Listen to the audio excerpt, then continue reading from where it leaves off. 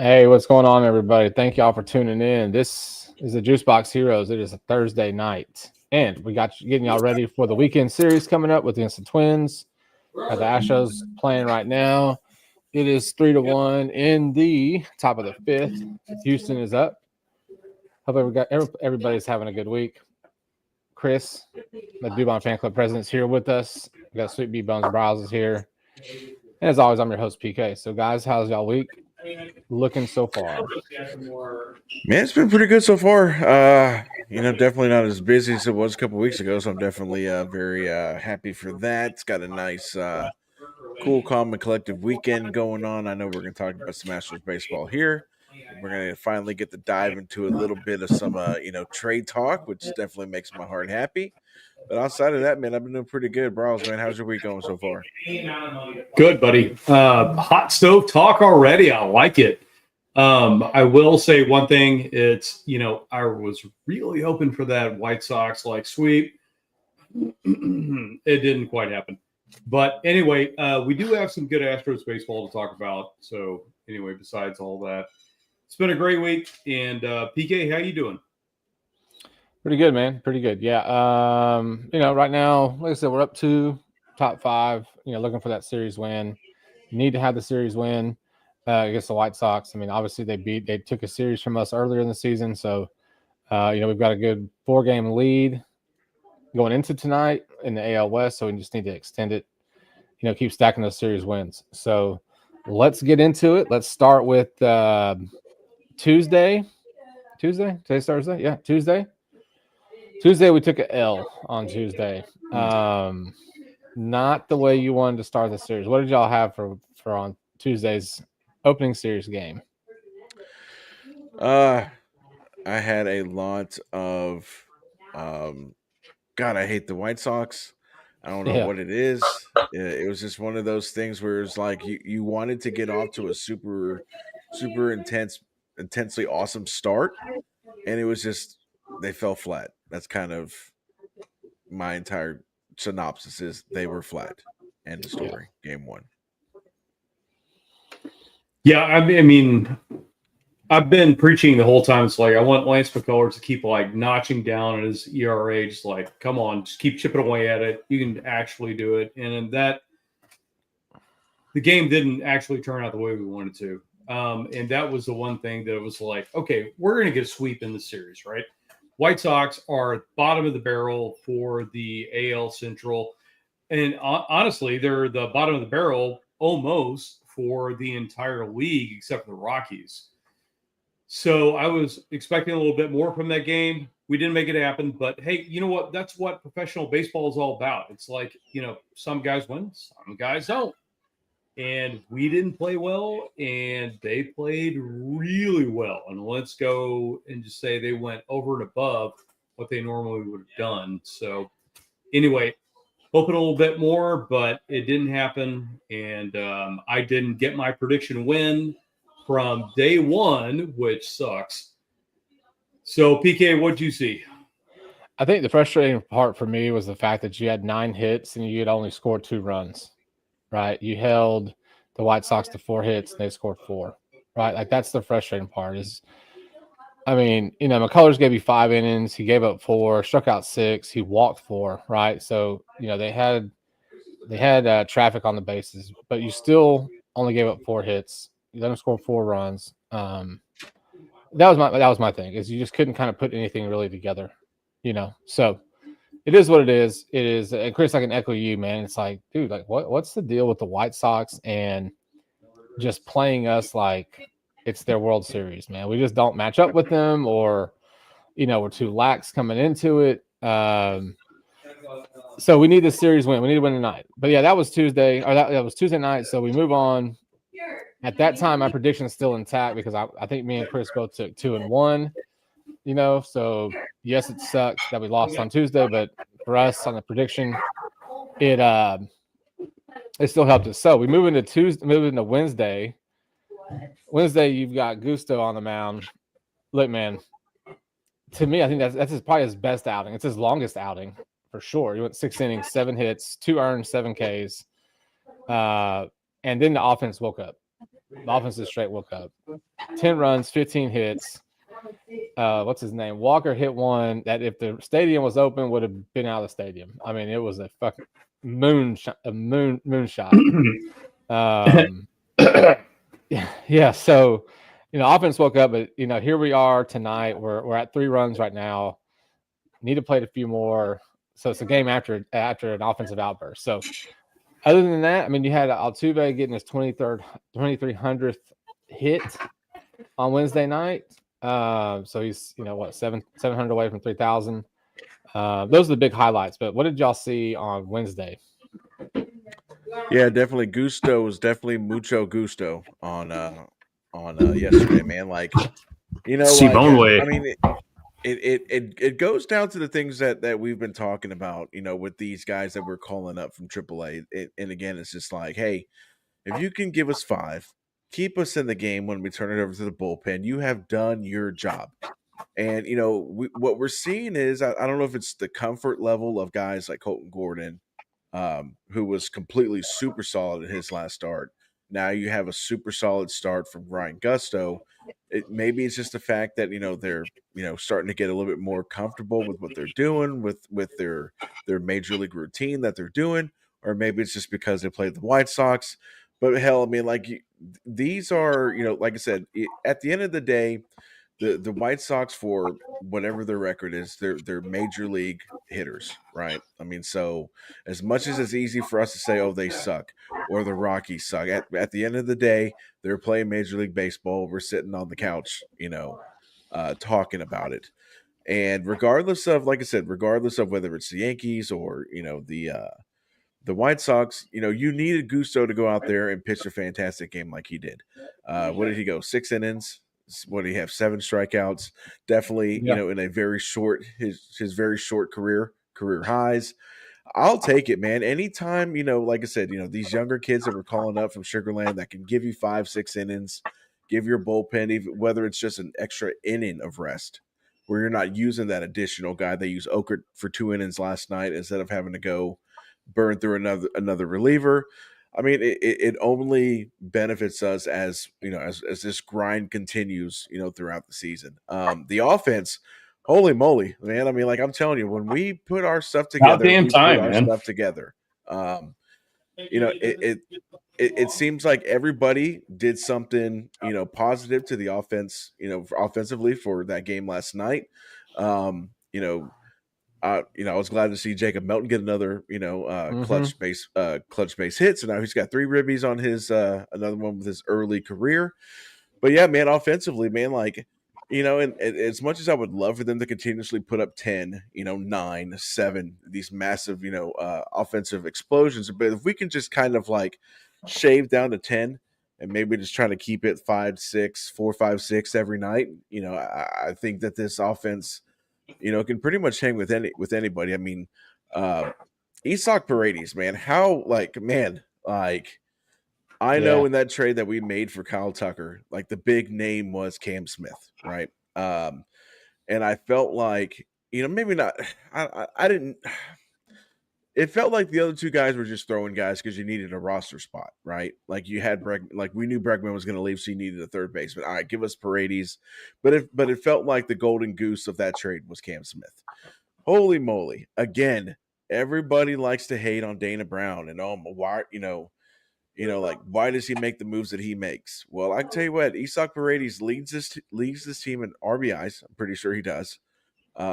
He's got to be, if he's not leading the team, he's got to be tied or at least second in home runs.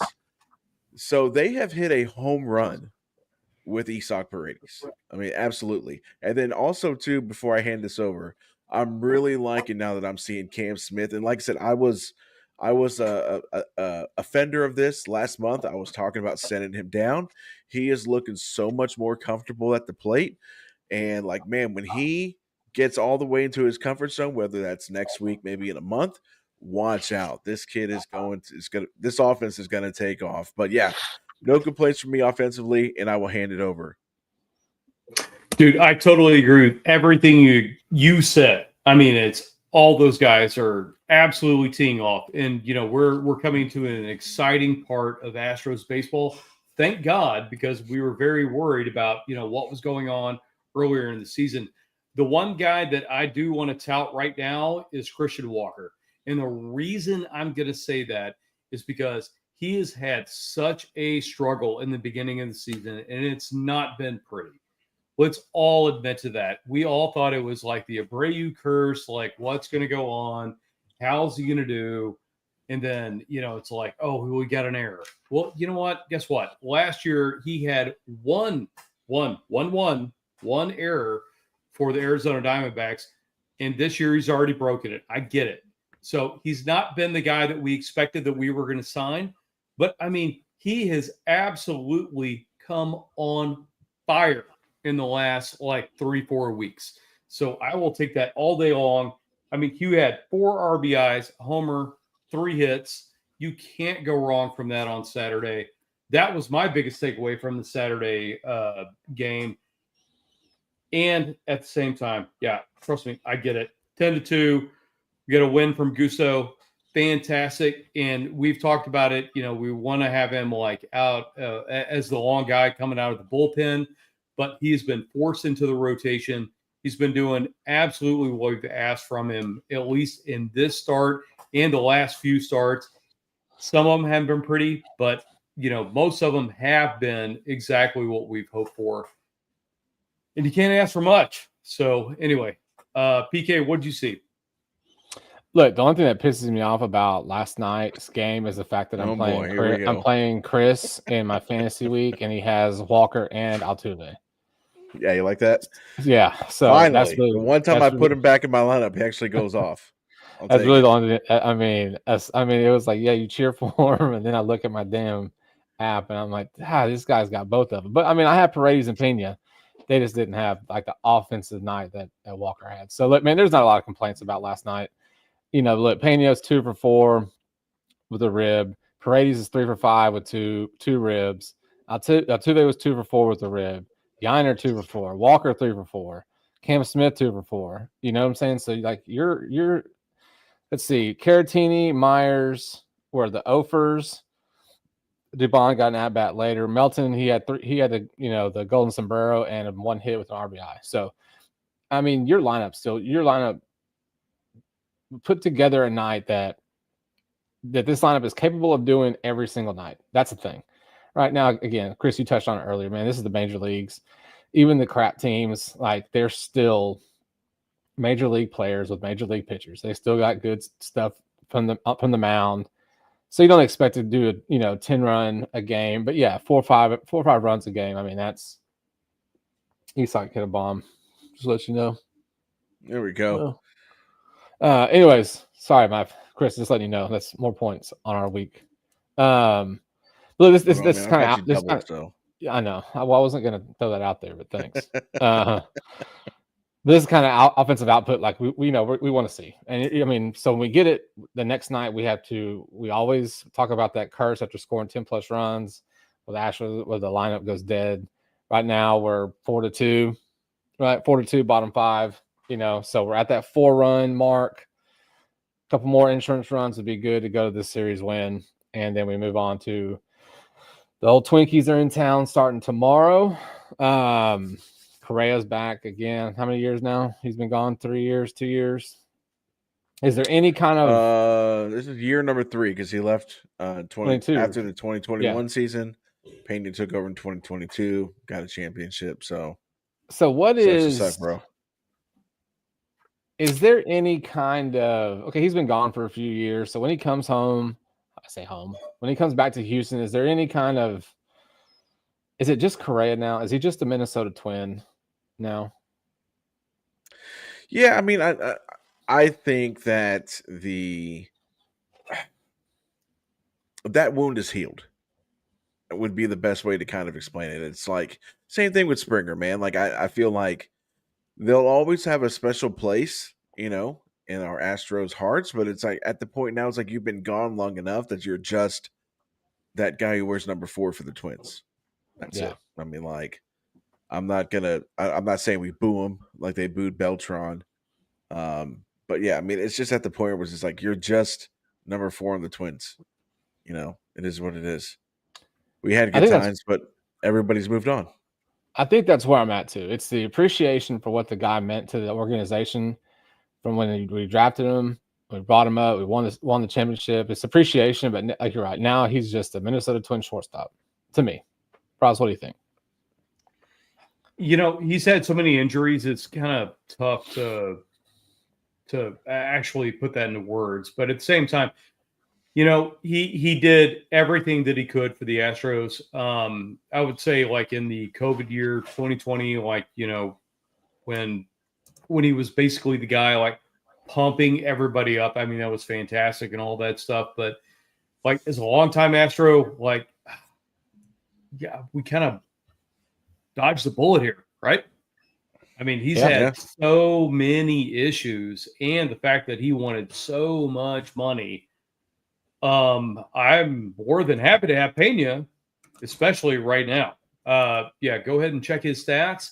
He's one of the best shortstops in the entire league. So would you take Pena over Correa right now? Absolutely. So that's where I'm at.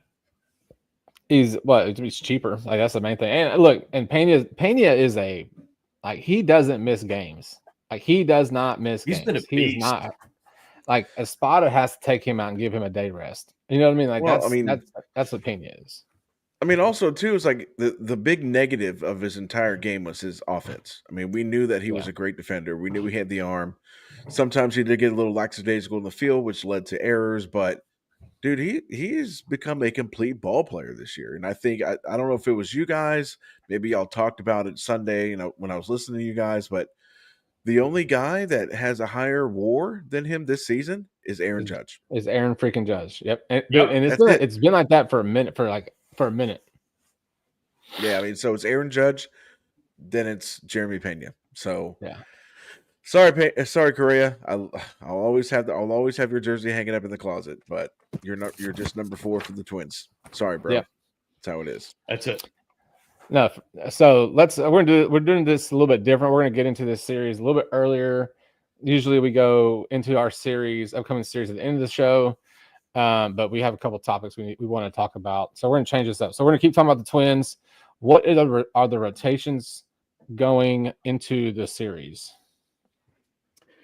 All right, coming in first game, we got Paddock 2-5 with a 3.57 ERA against our boy Colton Gordon 1-1 with a 5.14 ERA. On the next game, we got Ryan 7-2 with a 2.96 ERA against Brown 8-3 with a 1.82. That's gonna be a good game, dude. Man, that's gonna be a pitching matchup. Then you got Woods Richardson coming in for the Twins, 2-3, 5.79 ERA against Walter 0-0 with a 1.6. Dang, so I'm gonna end up seeing Brandon Walter pitch on Sunday. Yeah, we're talking all about Brandon Walter. The thing I read too is that kid that the Twins are throwing out, he's from Houston too. Yes, Woods Richardson. So you'll get to see him make his. I don't know if it's major league debut, but it'll be his homecoming. Yeah, no, he pitched last season. At least I know that. I know that for a fact. I remember he did. He got a cup of coffee. Okay. Yeah, he pitched at Minute Maid, old Minute Maid last year. So, all right, Chris. I like it. All right, Chris, start us off. This one's going to be tough. I think Colton Gordon's going to continue to build on what he's done so far. So I'm going to take the Astros to win the Colton Gordon game. Man, Joe Ryan has been on freaking fire this season. But golly, you just can't vote against. You can't go against Hunter Brown. You just can't. So I'm going to give the dub on Saturday to the Astros, and then on Father's Day, sorry PK, at least you'll get a cool straw hat. But I think that they'll. You know what? Send it. I like Brandon Walter too. I'm going to go with the sweep. I think I'm going to go with the sweep. Woo! So, I like Colton Gordon on Friday. I like Hunter Brown over anybody on Saturday, even though how good Joe Ryan's been pitching. And you know what, man? I just like what I've seen out of Brandon Walter so far. Even the few times I see him pitch down in AAA and then seeing him pitch up here, he's just, I don't know, like he's got the moxie. he seems a lot more calm than you would think. I'm gonna go with the sweep. I'm gonna go with 3-game sweep. PK gets to get his straw hat on Father's Day, and he gets to celebrate it with a W. Okay. I like it. However, I do disagree on the Father's Day game. Oh man, I don't want to disagree with you, but I'll take a 2-1, and I think we do lose on Sunday. The one thing that Father's Day, PK. You're already ruining it, man. Yeah, I know. might as well not even go. It's all right. I'm taking the exact same thing on Sunday, so don't worry. I was like, okay, apparently I'm the dick out of the group. I'm just saying, like, I'm not going to be the guy that's going to take it. But anyway, the reason I say that is, I got full confidence in Gordon. I got full confidence in Brown. I think both of them are going to end up winning.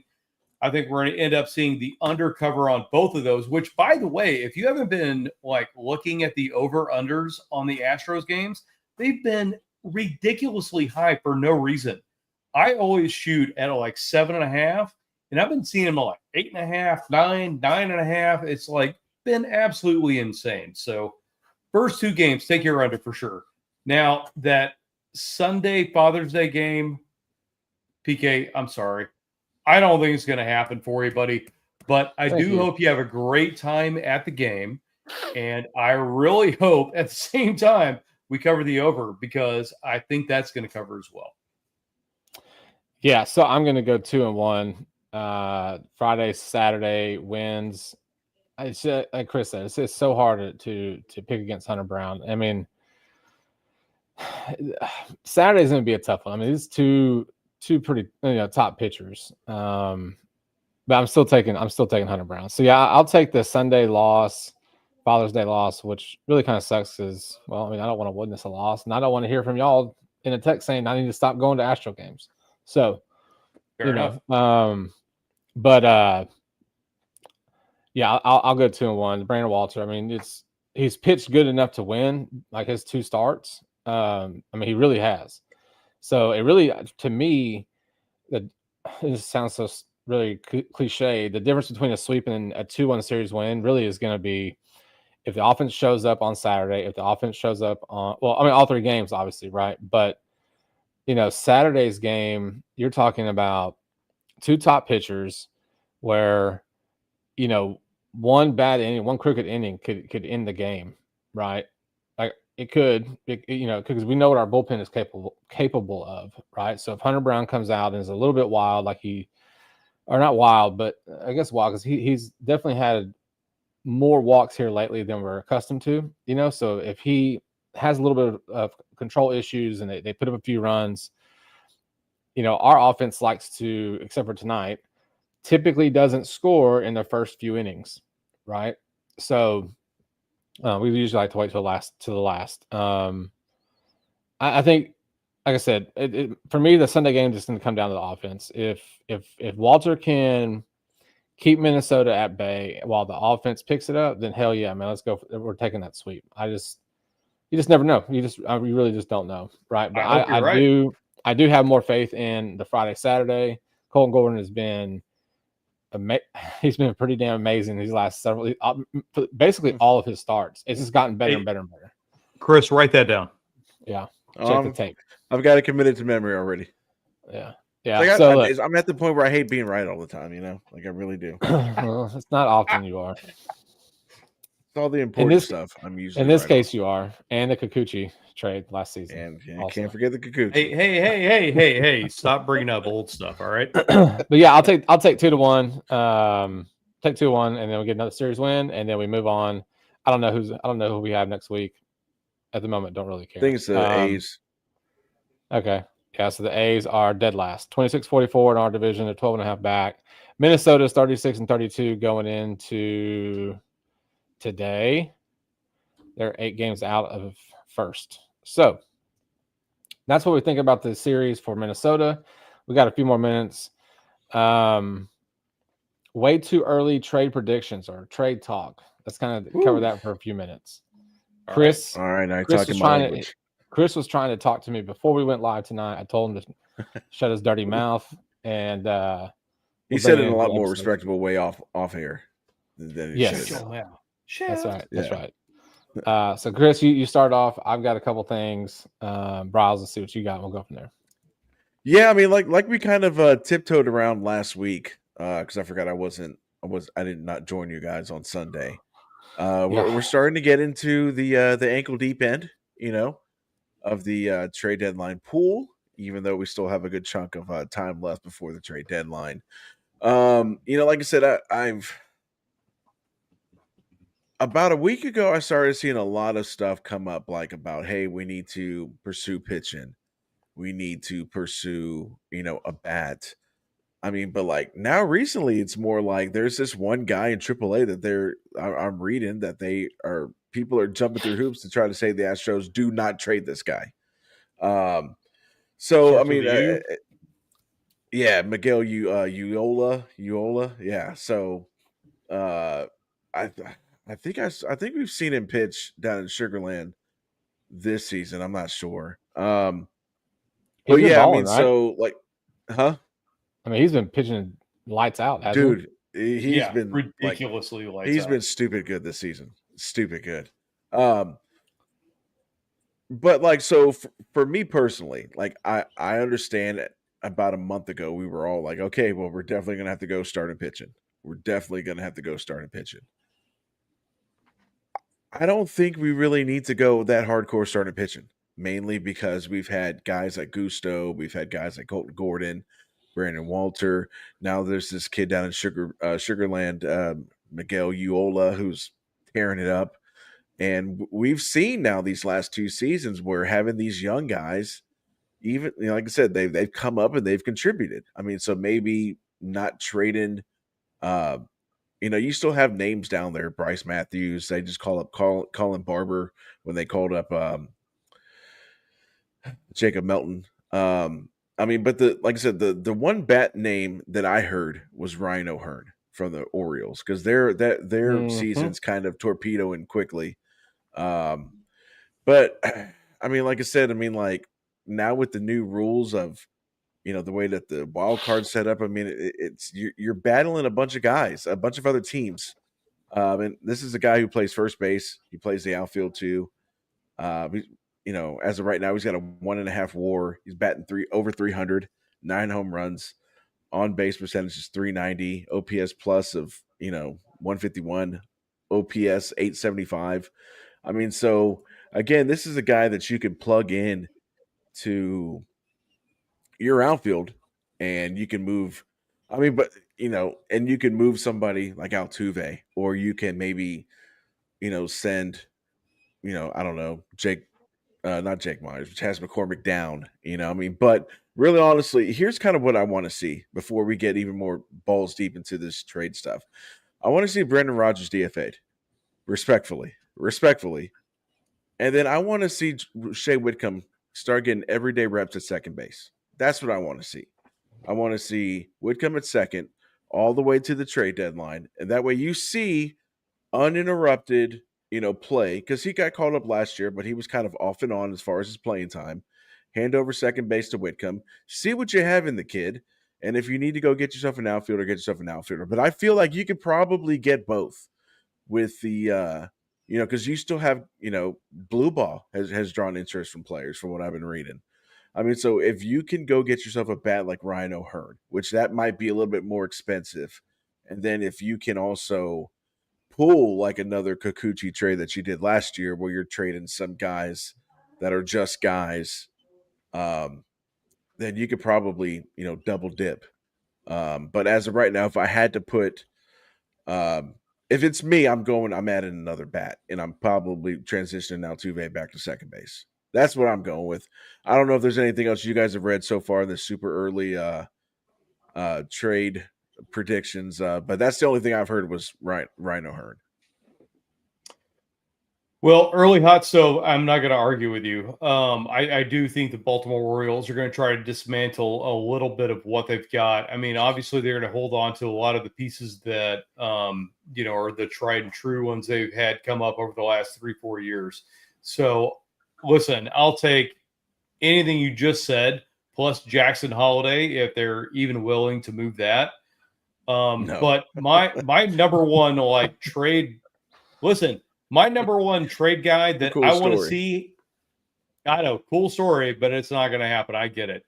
The number one guy I want to come see to the Astros right now is Sandy Alcantara coming from Miami. Ooh. And I think You know, that could be his value's down that too. could His be value's down. that could be your Kikuchi deal because his stats this year are hammered dog shit. Like he is like you know Mhm. why 1 it's in hammered 11. dog shit? It's hammered dog shit because he plays for Miami. That's why. Oh, It's it can't you just be bring that, dude. The dude's got an Yes. ERA over like 9.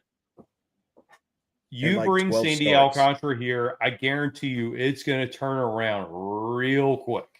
So I know. Hey, listen, I like it. I like it. However, there's like 7 other teams he's been linked to.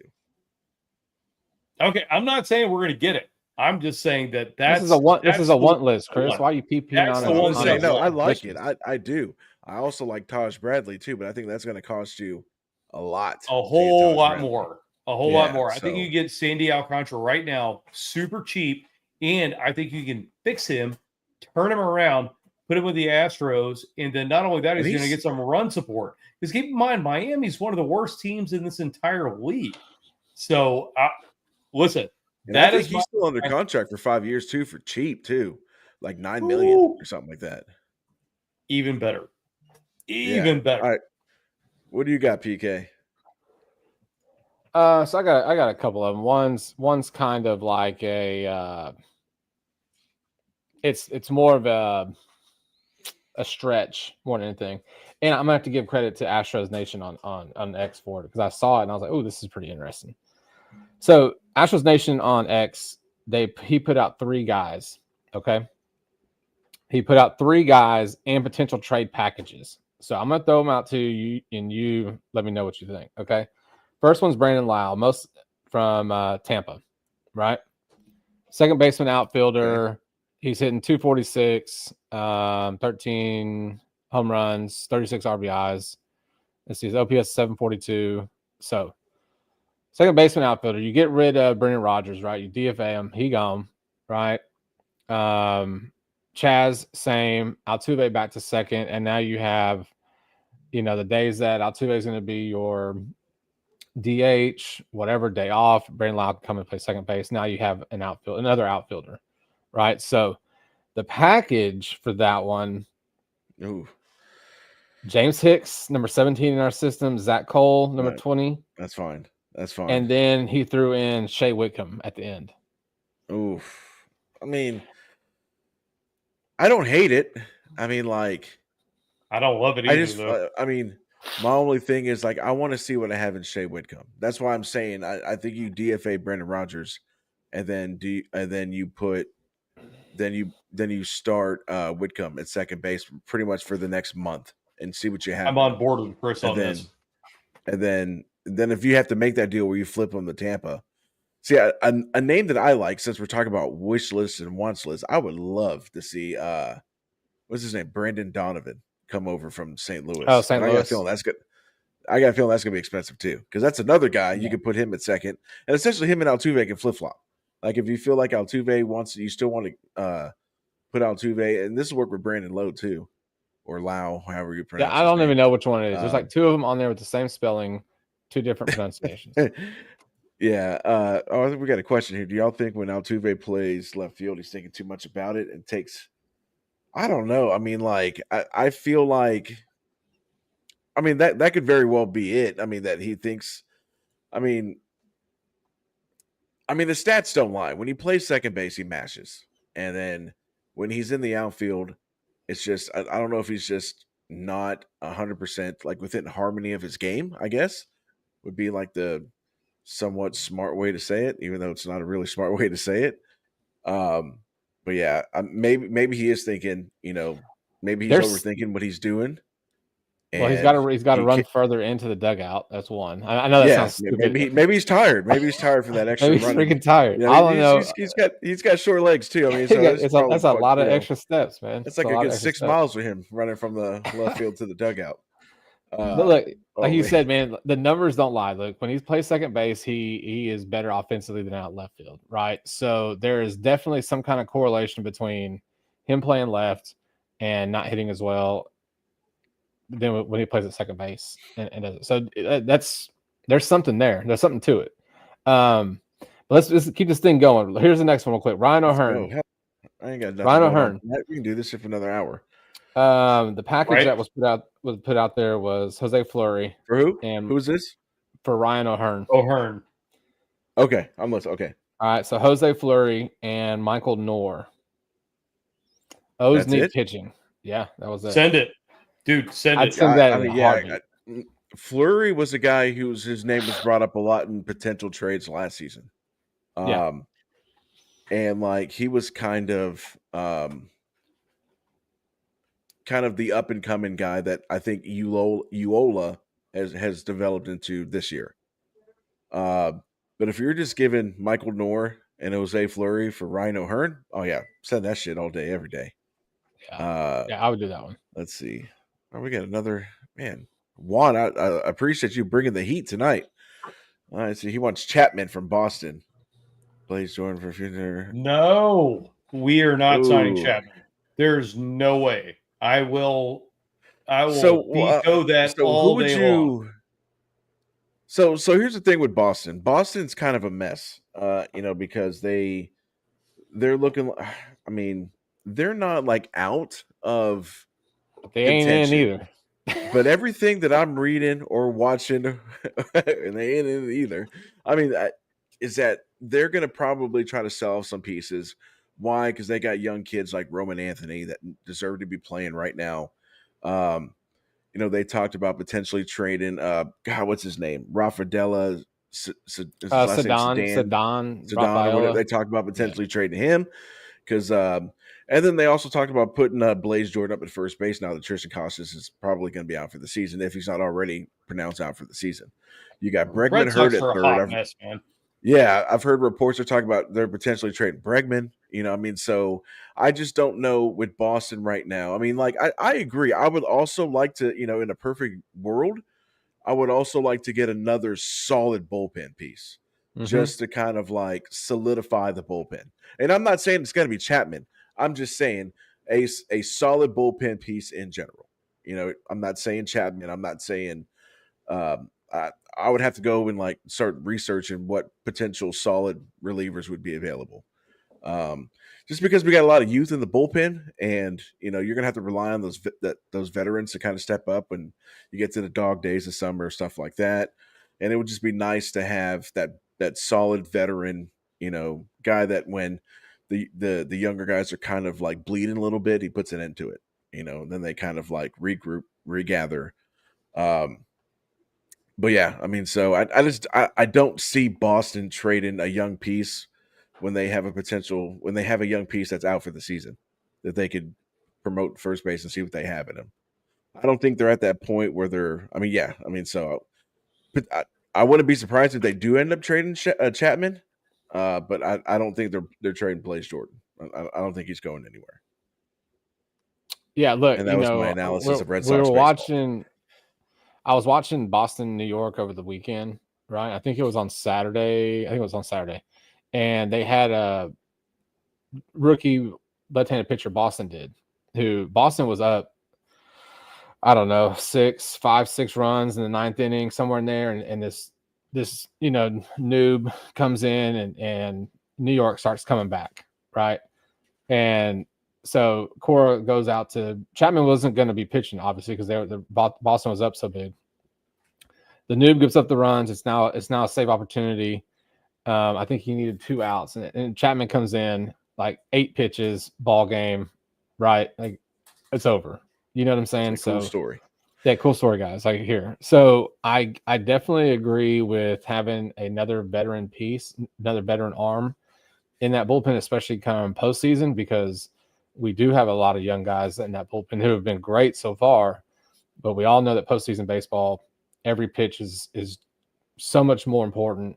The strike zones gets a little bit tighter. You're facing the same team, obviously, in a series. So you're going to see, the batters are going to know the pitches and what they like to throw in certain counts. See Jose Alvarado against Jordan Alvarez in the World Series, right? So to have a veteran piece coming out of another veteran piece, I mean, I wouldn't be opposed to it, but we'll have to wait and see. So the last one was Luis Roberts. Look, it's going to cost a lot to get that guy. Everybody else wants him, right? So what is everyone's love affair? He's with not this guy? worth it. Yeah, he's really good. He's really good against the Astros. He hits 210. Yeah, and he's hurt 95% of the time. Thank you. Golly. And not to mention, like last year, like the White Sox wanted the Everything. king, like they wanted Fort Knox for him, and it's just like, dude, he's not Juan Soto. Yeah, no, like, not at all. Not even close. Like, I would trade Dubon. Probably had for and Brendan Rodgers. Hey, you can throw in Brendan Rodgers and Chas McCormick and then call it a day. Yeah, so then maybe we'll take a flyer on Luis Robert. But dude, Luis Robert is not anything, in my opinion, anybody wants. It's don't get me wrong. I mean, he's had some track record of being a good outfielder, but I mean, you let him go to the Dodgers and join that debacle of players getting injured over there in LA. Exactly. Be my guest. Go to the Dodgers. Let him get paid like what $25 million a year over there, and then we're gonna he's another one that's on call it a day. No, like I say, he's another one that's on he's already on like a 6 or 7 year deal, and I think it's pretty reasonable. I think it's like 7, 8, 9 million. Reasonable or not, I don't need him in the outfield. I'll take Jake Myers at this point, and I never would have said that at the beginning of the season. Well, but I'm saying it right now. I will take Jake Myers all day, every day, over him any time of the day. Well, I'm not. Look, let's just play hypothetical for a second or two. If that were the case where Luis Roberts comes over, he's not taking Jake Myers' position anyway, right? No. I don't even think he's taking Cam Smith's position.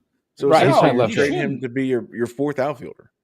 And the other thing too, with Luis Roberts, like you're getting all he had better seasons back when like the White Sox had Yoan Moncada who was raking, and you had the real Jose Abreu over there raking, and you put Luis Roberts.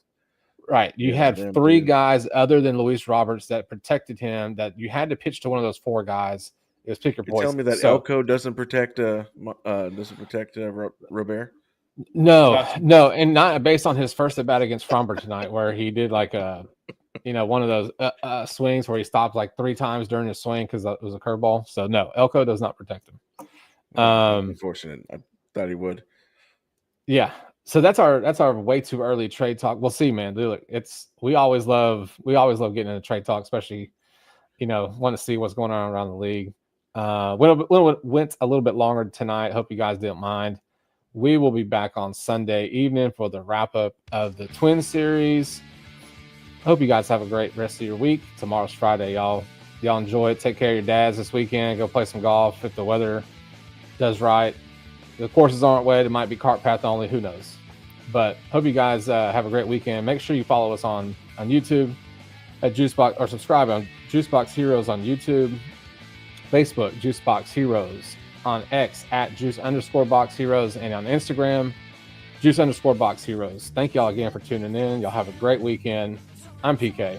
That's Chris, and that's Bryles. And this is the Juicebox Heroes. Happy Father's Day, guys. Yeah, happy Father's Day, guys. Man, I'd like that. College World Series this weekend. Huh? Said I like the Sandy Alcantara. That was a good one. We'll be back.